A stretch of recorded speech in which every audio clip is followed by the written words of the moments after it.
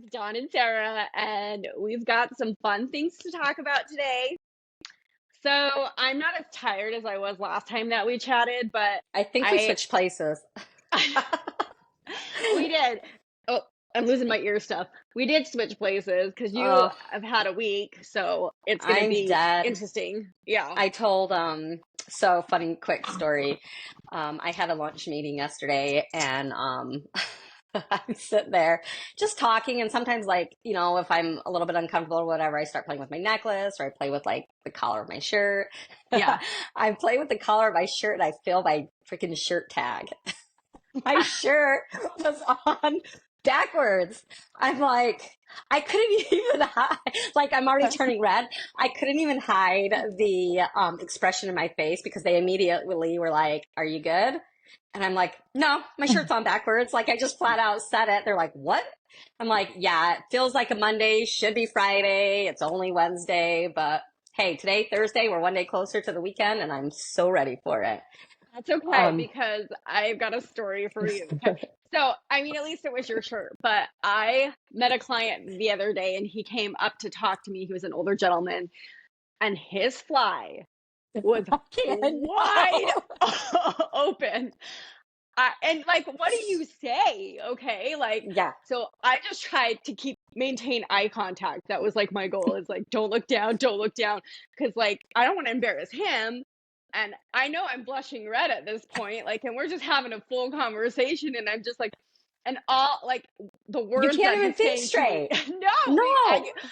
it's literally going in one ear and out the other. And I'm just like, don't laugh, Don't- maintain eye contact. Don't say, Oh I my didn't hear a God. dang word he said, Sarah. I Oh just my. couldn't. So like finally, like the conversation ended somehow and he turned around and laughed. A nice guy, but like the whole time, I mean, and when I Yeah, it's tell like you his fly was wide open, we could see the village and and the village people. Okay, so it was stop just it. really bad. Okay.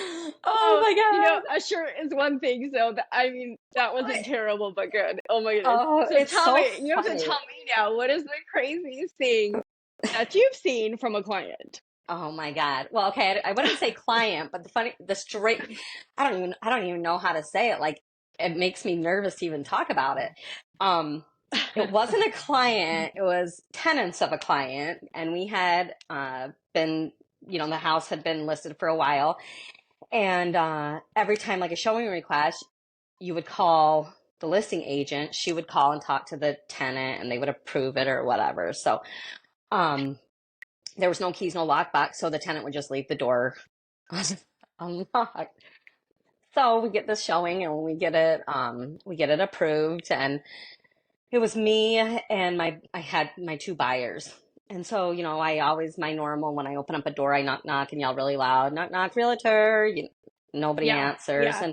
And the agent said that she would be gone during the showing. She would leave the door unlocked. She usually goes Yeah. for a walk, whatever. So we're walking through the house. We go upstairs first and we're looking, and my people are like, "Oh, I really love this house." Like, Oh, whatever, good. there was three bedrooms upstairs, two bedrooms and a bathroom downstairs, like right off the kitchen or whatever. Hmm. So we go through the house, we go through the kitchen and into the next bedroom, and the bedroom door is closed. And so I just Okay. open it. We've been through the entire house already. I just open it and then I shut it really fast. And my people are like, "What?" I go, "You can't even make it up. I don't even know what to say."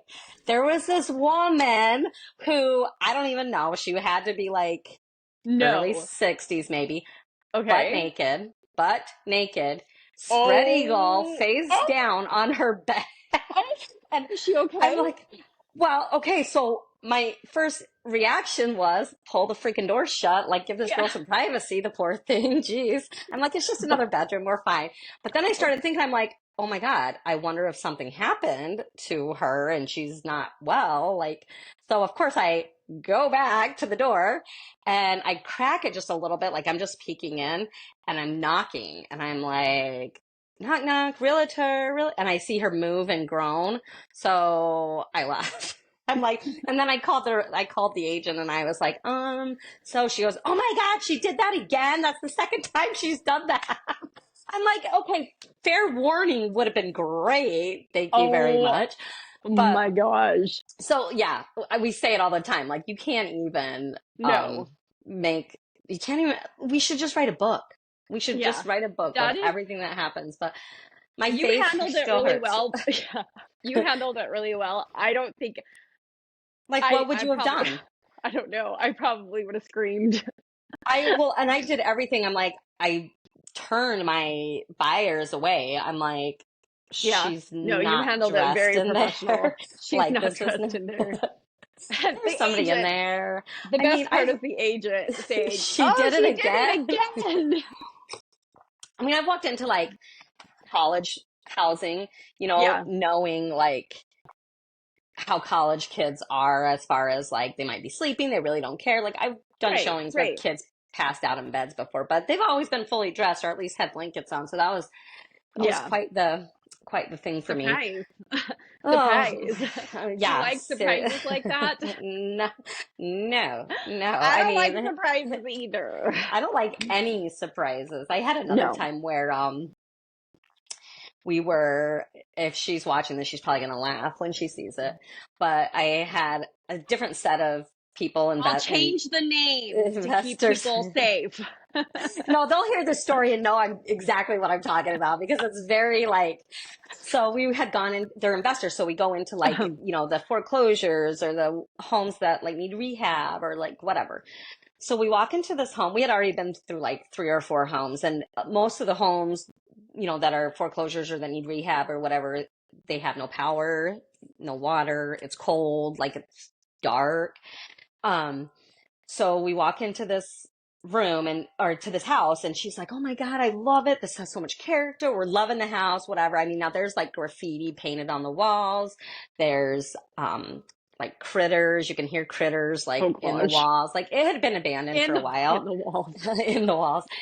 She's like, "Oh my Sounds gosh, I like a love horror this." And story. it's her and her boyfriend and then me. And we turn the corner around the house and we literally hear people running down the stairs. Like there were squatters in there, like coming to Okay. run and screaming. The boyfriend was the first one out of the house. He ran across the street, leaving us 2 little girls in the house to fend for ourselves. And I'm like, "I'm out of here. Are you coming with me?" She's like, "What do you think it is?" I'm like, "I don't care what it is. I am leaving." And I finally end up dragging her out. I Oh, lock it up and the boyfriend's like across the street, like heavy panting. I'm like, "At least we know we're not safe with you. Like we're going to die."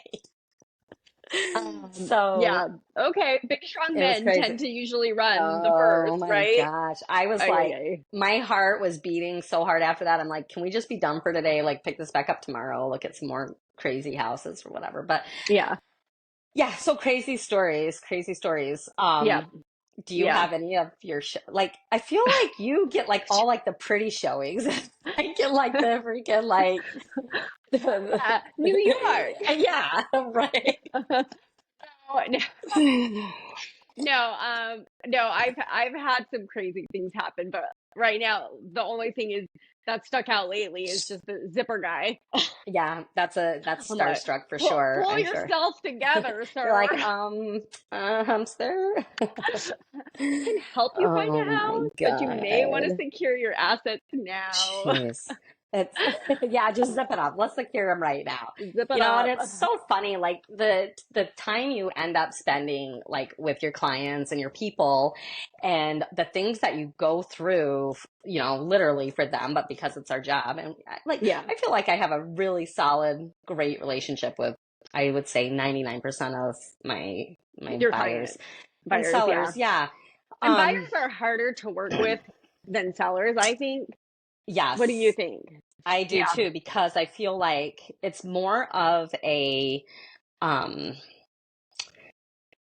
a tight game, especially in this market right now. Like yeah. buyers are tough because I don't feel like they're as loyal as maybe sellers would be, or that Right, they don't right. value like the time that you're giving them and putting into them, helping them find their house. Uh, And I think a lot of that is, well, I think there's two parts of it. I think like anxiety plays a huge part on Well, the buyer's hmm side. Like they're super anxious. They see a house, they know it's not going to last. So they're going to do whatever it takes. If they can't get a hold of you, they try to call you and yeah, because within a it's few minutes they'll call someone else, right. And right? like, or 10:30 at night and you're not answering and you call them in the morning and return their phone calls and they're like, no, I'm sorry. I already found so and so to do this for me. And you're like, Yeah, working with you for a year. What are you doing? yeah, But I think a lot of it is the pressure of finding a house. yeah, I mean, I don't know how it is there, but homes are still selling like crazy here. yeah. And I feel like if you're not communicating constantly and maybe over communicating with your buyers, like they're you're just a person They're to gonna them. drop you like it's hot.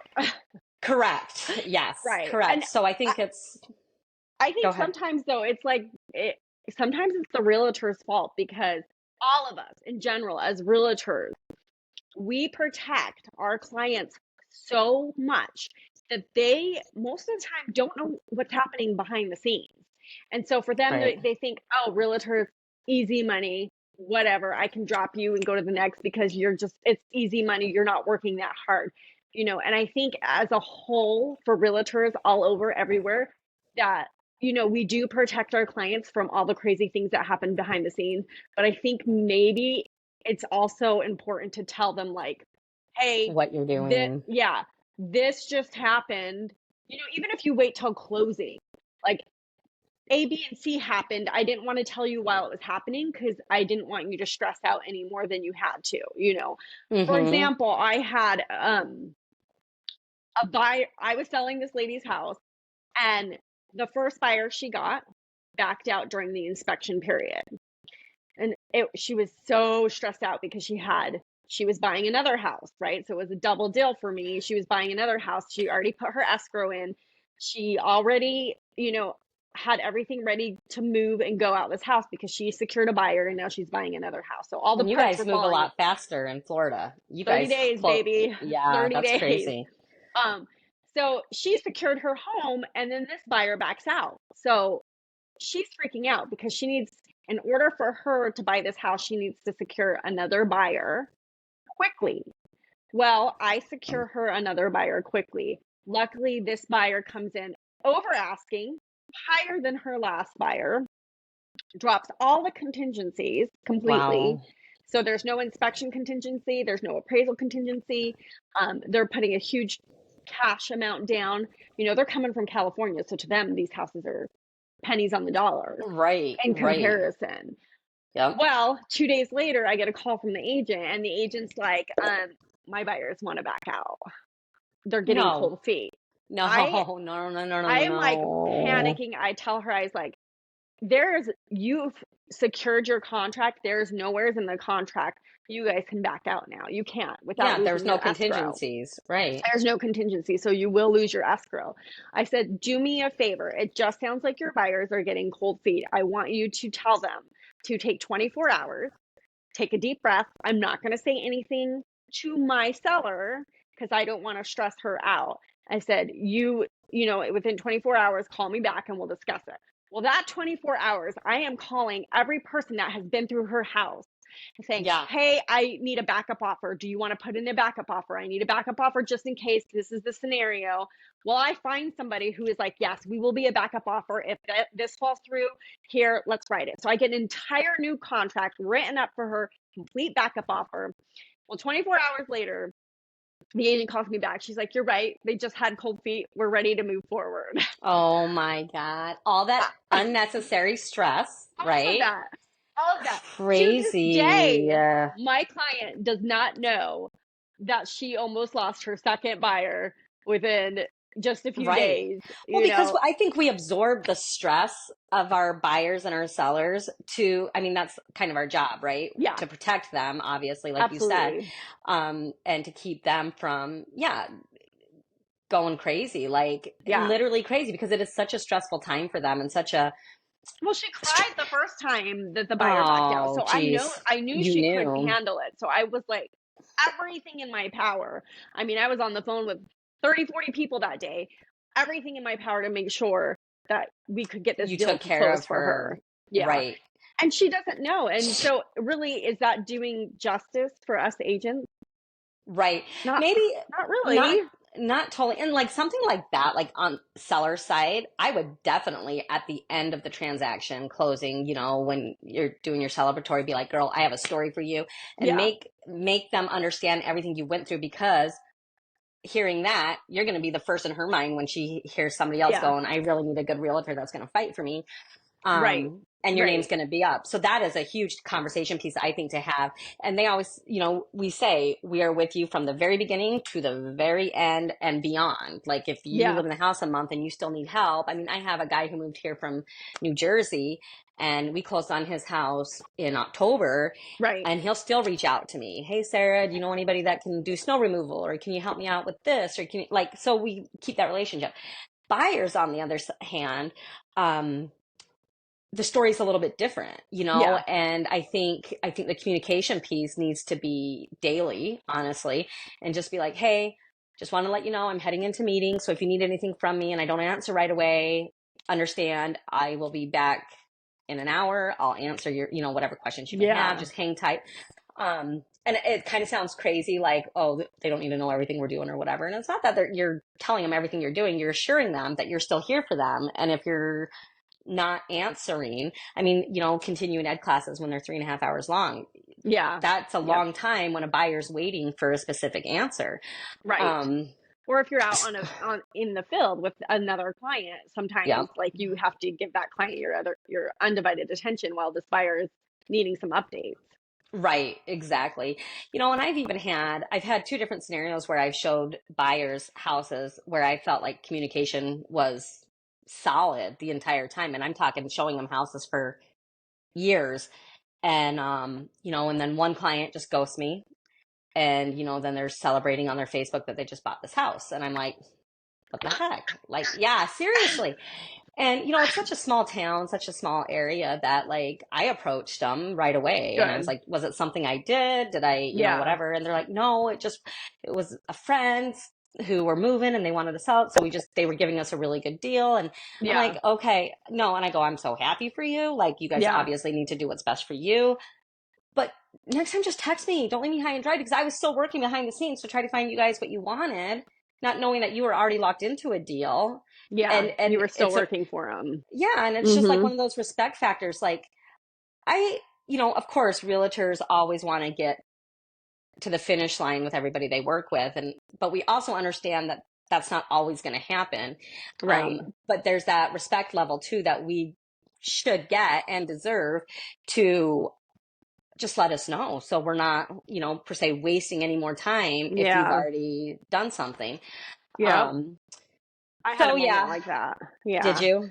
Oh my It's gosh. tough. Yeah, it was heart-wrenching. I had been working with these buyers for quite some time now, like probably 4 to 5 months, so not as long as a year. But there was a day that they could only see showings during pickup time for my kids' school. And so I had to hire somebody to go pick up my kids to Oh, show geez. them these properties. And then all of a sudden, like the next day, like I'm following up with them every day. I don't hear anything. So I keep following up. Hey, what's going on? I get a message back saying, "Oh, we bought a house with another realtor." So I guess they were using two different realtors. And I always ask Hmm. in the beginning, like, "Hey, if you're using anyone else, please let me know. I don't want to step on anyone's toes. I don't Right. want to take time away from them." Because it's hard, especially as a mom and as a woman. We're juggling so many pieces, and I'm hiring people to pick up my kids so that I can take you on showings, and then there's that no communication, or they flat out tell you they're not using anyone else when they are. I think, It's frustrating. it is frustrating, and it's again, it comes down to that communication. We need to communicate with them. Had I told her like, "Hey, I am so taking you out today. I'm gonna hire somebody to pick up my kids so that I can be there for you," maybe she would have thought twice before, Wow. like, hey, okay, this realtor is serious. She is working her butt off. She is hiring babysitters so that she can come out and show me property, because I don't get paid. So I'm forking Right. out money, until we close the Right. deal. So I think it just comes down to communicating. I think as the realtors in whole, all of us, we need to communicate better with our clients. There's so much we can do to protect them and make them feel like comfortable and confident, but we need to let them know we're human still. Right. And that we also do, have boundaries. I think that's super important too, because I feel like sometimes when, you don't communicate the boundaries and you kind of complete, and I don't know if this is going to sound completely wrong or what, but like you completely bend, then it's almost like Yeah. desperate and they lose value of who you are as a person because you're going to trust me, we jump through hoops Yeah. for people. But Yeah. at 10 o'clock at night, for a question that you need answered by 10 o'clock at night on a Thursday, for a question you need answered by Saturday afternoon, Yeah. like there's that boundary. Like, call me in the morning. Don't Yeah. I have kids. I'm human. I need some Yeah. time off too. That type of thing. Yeah. Um, but And yeah, it comes. I know some realtors who like you call their phone or you text them a message and you get an automatic reply. My hours are 9 to 5, and they're pretty successful. So I think setting boundaries is not a negative thing. I think you do get more respect setting boundaries. Yeah, So it's just the way you want to build your business, right? right. And so depending if you want to be an agent who they can contact you from whatever hours of the night, or if you want to be a 9 to 5 agent, but communicating that. And those are the type of clients Hmm. you're going to get, and you're going to love your business so much more as you build it if you're doing that Right. communication. Right. And it's like the know your worth type thing, like Yeah. when you're working with anybody, really. I Mhm. mean, when you know that you're a good hardworking realtor and you're going to do anything regardless to get them in that home, you value yourself and people will see Yeah. and value what you're doing. I can see though like how when newer, it's such a tough game. Like it really is. Especially when Like you're a either new agent. new agents or like if you're in a rut or whatever and you're Yeah. trying to like build that business, Yep. you do like, I You jump through think hoops, or even more you bend so, like, even more. Yeah. yeah, hoops on fire maybe. Yeah. Hoops on but fire. but it's something that you need to do. And I had a lender tell me one time, which next week I want to talk about some lenders because they do a huge part of the real estate They do. business too that like really help us out. But I was talking to him one time and he, his words were so like they just hit. And he's like, you have to constantly build your pipeline even if it doesn't look like selling or buying houses right now. Excuse me. You're constantly building it. Your And I think pipeline, that's yeah. I think that's so important for like new realtors or even realtors that are in a rough. Like do something every day that affects your Yeah. business, whether it's social media, whether it's sorry, I'm gonna like have a coughing spasm. Hold on. That's okay. Take your time. Um, We're live and unedited. Watch Sarah have a coughing spasm. Make her fly up or down. We'll You tell you can't see later. it. I can't see that. You But can't. yeah, Who knows? You don't even know if I'm wearing pants or not. So there. you're home in your boxers, relaxing. Exactly. Yeah. But no, so like do something every day that builds your business, whether it's social Yeah. media. When I'm in a rut, one of my favorite go-to things is to pull up expired listings, kind of start going through Okay. expired listings, and sending out mailers or reaching out. Or Yeah. another one of my favorites is to scroll marketplace on Facebook and check out those for sale by owners and kind of reach out to them and Oh, just be that's a like, great hey, idea. I never even yep. thought about looking on Facebook for that. That's a great Yeah, idea. for sale by owners. Yeah. And I mean, and I always start with, I have so many buyers in this area looking for something like this. Yeah. Um, would you be interested in talking? And, Yeah. sometimes they're like, well, no, I really don't want to use a realtor. But other times, we'll have a cup Yeah, of what coffee you and have to discuss what offer. exactly. So, and when you're building your pipeline, obviously it's a lot of effort, work, unpaid, and sometimes expenses are needed to, build your business or whatever. But if you constantly do it, it's going to be one of those snowball effects where it's just going to be like, it's just going to keep rolling, Yeah. and things will just keep happening and it'll become easier. But it's that getting going or letting yourself fade into a rut that's hard to start it Yeah. again. If you can get it Yeah. going and continue, then, Right. And I also think it's important too is like if you're going to try something new, give it some time. Don't just do it once and then be like, "Oh, it didn't work," or "I'm not in a rut anymore." Like if you're going to do something, I think you should commit to it. So like if you're going to, focus on social media, commit to it. Write yeah, yourself out a plan. Maybe it's a 90-day plan. This is what I'm going to do on Facebook and Instagram and TikTok for 90 days and see if it works, or I'm going to reach out for sale by owners, create an amazing letter, um, and mail it out to for sale by owners, and then do a follow-up. You yep, can't just do one time and then be done and think that, okay, it didn't work. You have to be consistent, and you have to, when you're reaching out to somebody, it can't just be once. It's got to be, what's right. the rule? I think it's like 10 times before you might get a response from them. So Or it's like find for different every ways. 100, yeah, for every 100 no's, you might get one yes or Yeah. whatever. But like that one yes is going to be your pipeline. And, like it's so, that's my dog barking. I don't know if you guys can hear it, um, but like you get one listing.